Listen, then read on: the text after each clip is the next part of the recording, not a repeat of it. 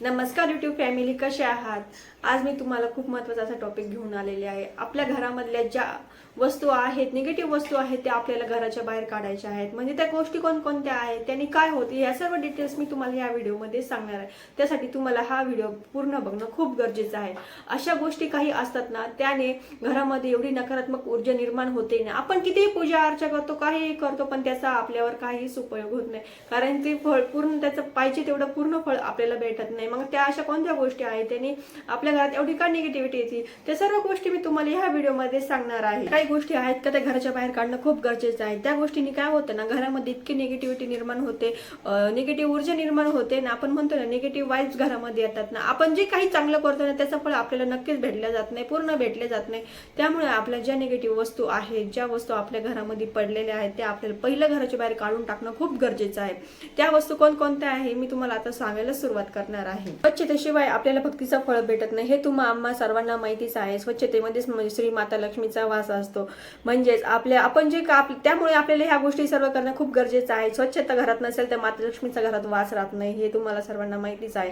त्यामुळे आपल्याला निगेटिव्ह वस्तू ज्या घरातल्या आहेत त्या बाहेर काढायच्या आहेत आणि ज्या पॉझिटिव्ह गोष्टी आहेत त्या आपल्याला घरात आणायच्या आहे, एंट्री करायची आहे त्यांची. त्यामुळे आपल्याला ज्या निगेटिव्ह वस्तू आहेत त्या घराच्या बाहेर टाकून द्यायच्या आहे. अशा लेडीजला भरपूर सवय असते की ही गोळा कर, ते गोळा कर. ज्या वस्तू आपण वापरत नाही, 2-2, 3-3 वर्ष आपण ठेवून दिलेल्या आहेत, त्याचं काही विनाकारण काही काम नाही, तरी त्या आपण वस्तू जपून जपून ठेवतो.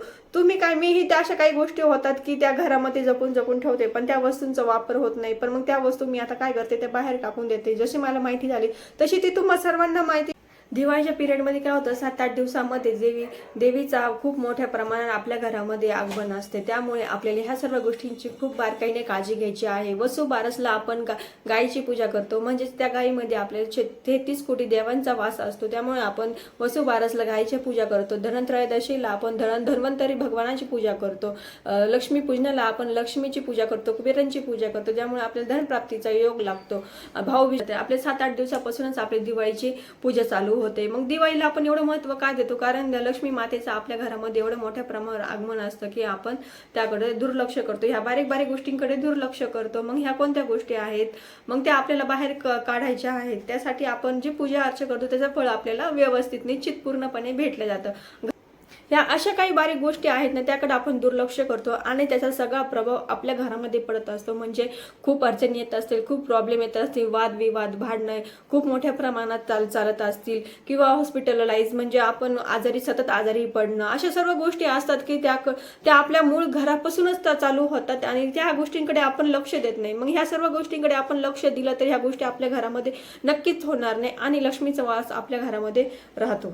ज्या घरात स्वच्छता नसेल ना, त्या घरात देवी आई कधीच वास करीत नाही. म्हणजे ज्या घरामध्ये निगेटिव्ह ऊर्जा निर्माण करण्याचे घटक असतील ना, किंवा निगेटिव्ह वस्तू असतील ना, त्या घरामध्ये सतत भांडणं वगैरे चालू असतात, पैशाच्या अडचणी येत असतात. अशा जर वाईब्स जर घरात असेल ना, त्या घरामध्ये लक्ष्मी आई कधीच टिकत नाही.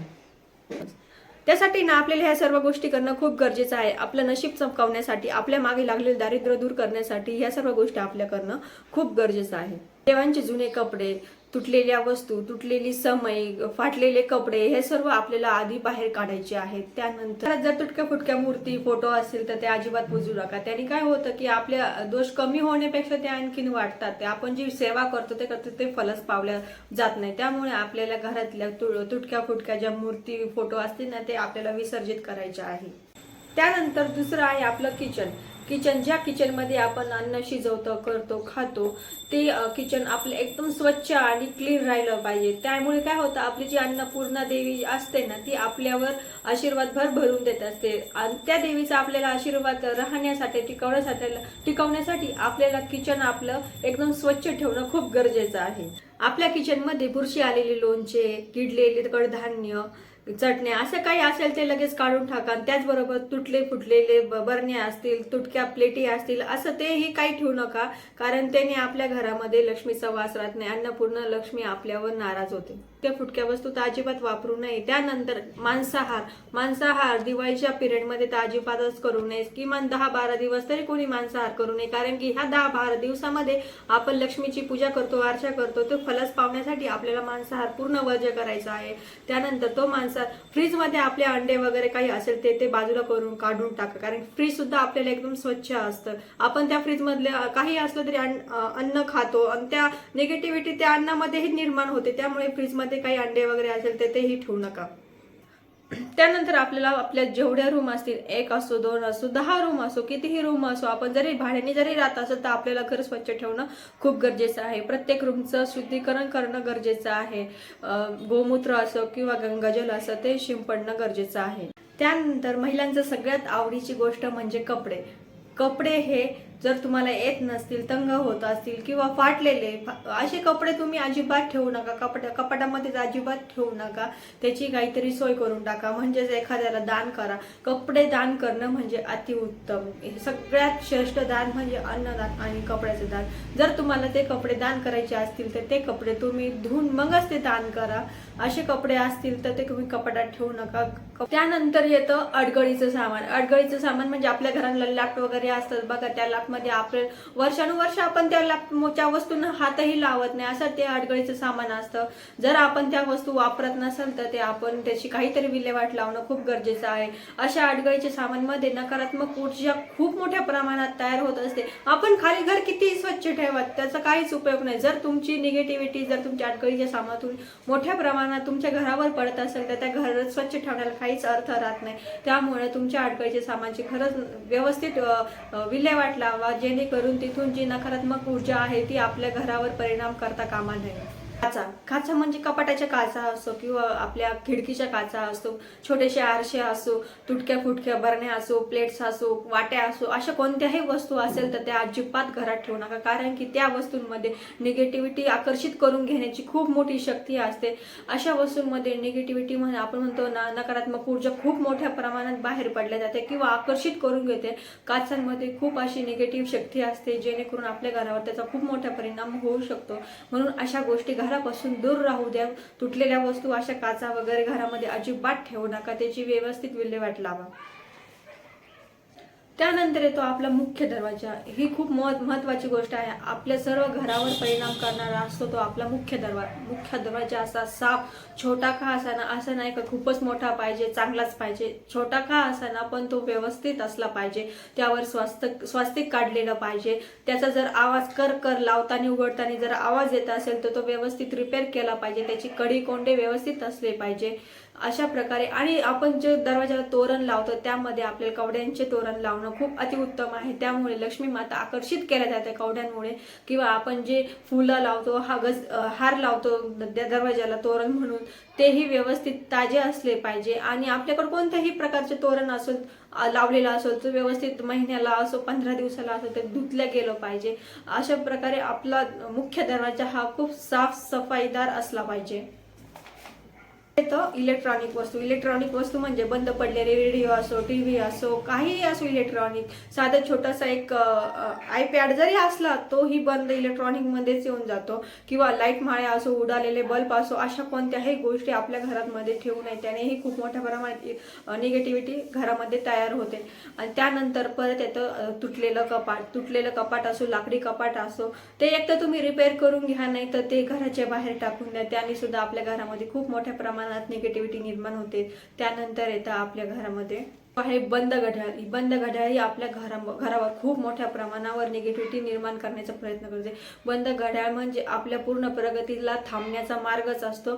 म्हणजे बंद घड्याळ जर घरामध्ये असते तर आपली प्रगती अजिबात होत नाही. त्यामुळं घरामध्ये बंद घड्याळ असेल तर ते बाजूला काढून टाका, नाही तर ते रिपेअर करून तुम्ही लावून द्या, पण बंद घड्याळ घरामध्ये ठेवायचं नाही. उत्तर दिशा आपली कुबेर देवतेची दिशा असते. त्या दिशेला जड वस्तू असो किंवा बंद पडलेले घड्याळ असो किंवा एखादी फुटलेल्या वस्तू, अडगळीचे सामान असो, कोणत्याही प्रकारची किंवा घाणेरड्या वस्तू असो, काही असो, त्या उत्तर दिशेला असले तर खूप आपल्यासाठी हानिकारक आहे.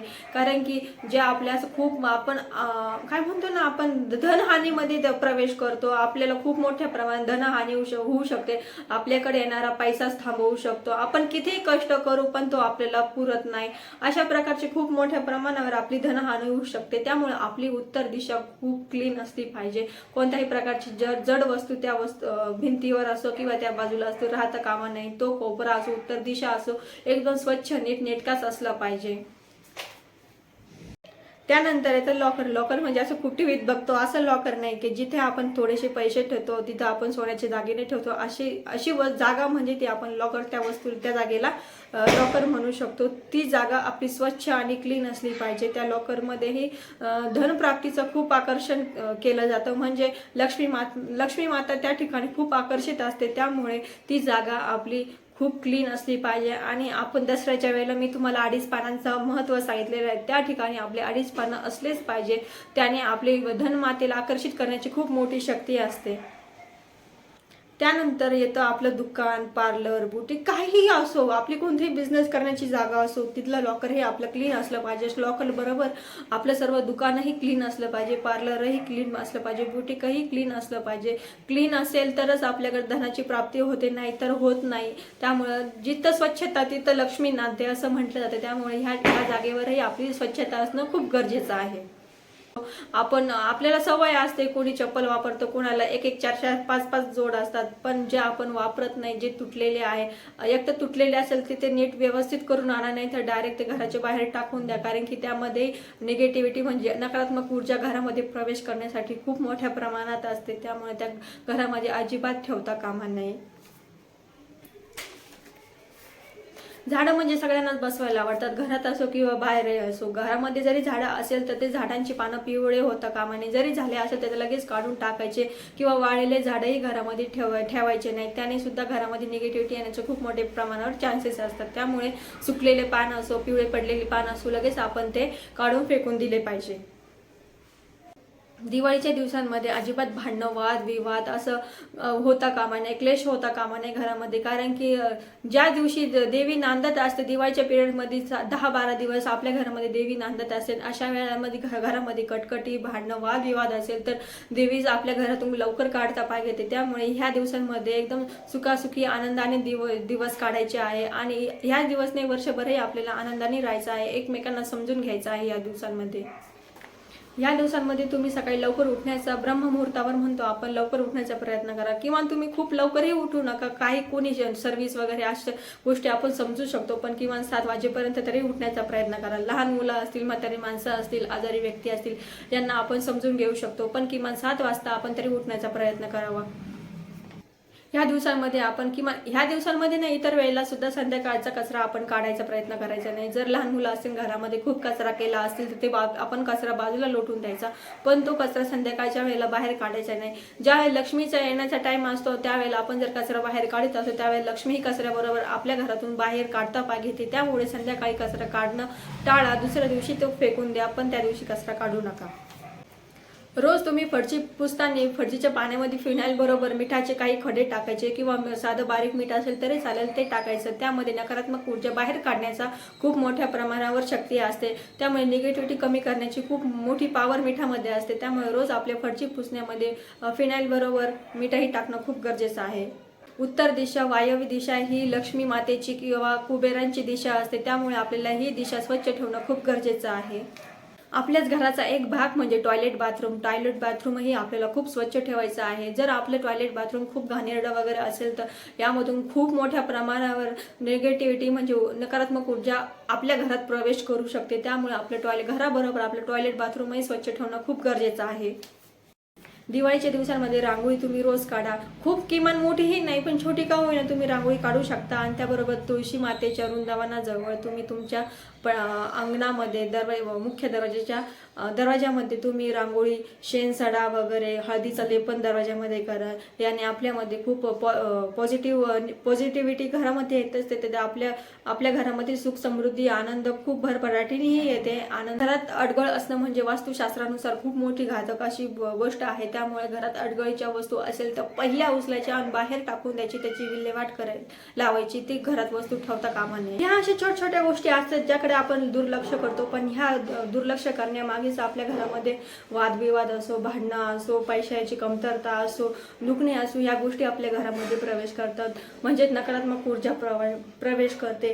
हीच नकारात्मक ऊर्जा आपल्या घरातूनच तयार होते, आपण त्याकडे दुर्लक्ष करतो. या गोष्टी आपण ह्या दिवशी नक्कीच पाळल्या पाहिजे आणि वर्षभर याचा फायदा होत असतो. ह्या दिवाळीला तुम्ही ह्या गोष्टींची काळजी घ्या, स्वच्छता ठेवा. लक्ष्मी तुमच्या घरात भरभरून प्रसन्न आनंद वातावरण देईल. लक्ष्मी माता तुमच्या घरामध्ये वास करेल. या गोष्टींकडे, छोट्या गोष्टी असतात त्याकडे आपण दुर्लक्ष करतो, पण ह्या गोष्टींकडे दुर्लक्ष करू नका. आधी घर स्वच्छ करा, त्यानंतर लक्ष्मी मातेचे स्वागत करा, आगमन करा. असे छान छान व्हिडिओ मी तुम्हाला सांगण्याचा प्रयत्न करीन, दाखवण्याचा प्रयत्न करीन, समजून सांगण्याचा प्रयत्न करीन. हा व्हिडिओ तुम्हाला आवडला असेल तर लाईक करा, शेअर करा, सबस्क्राईब करा. Bye bye.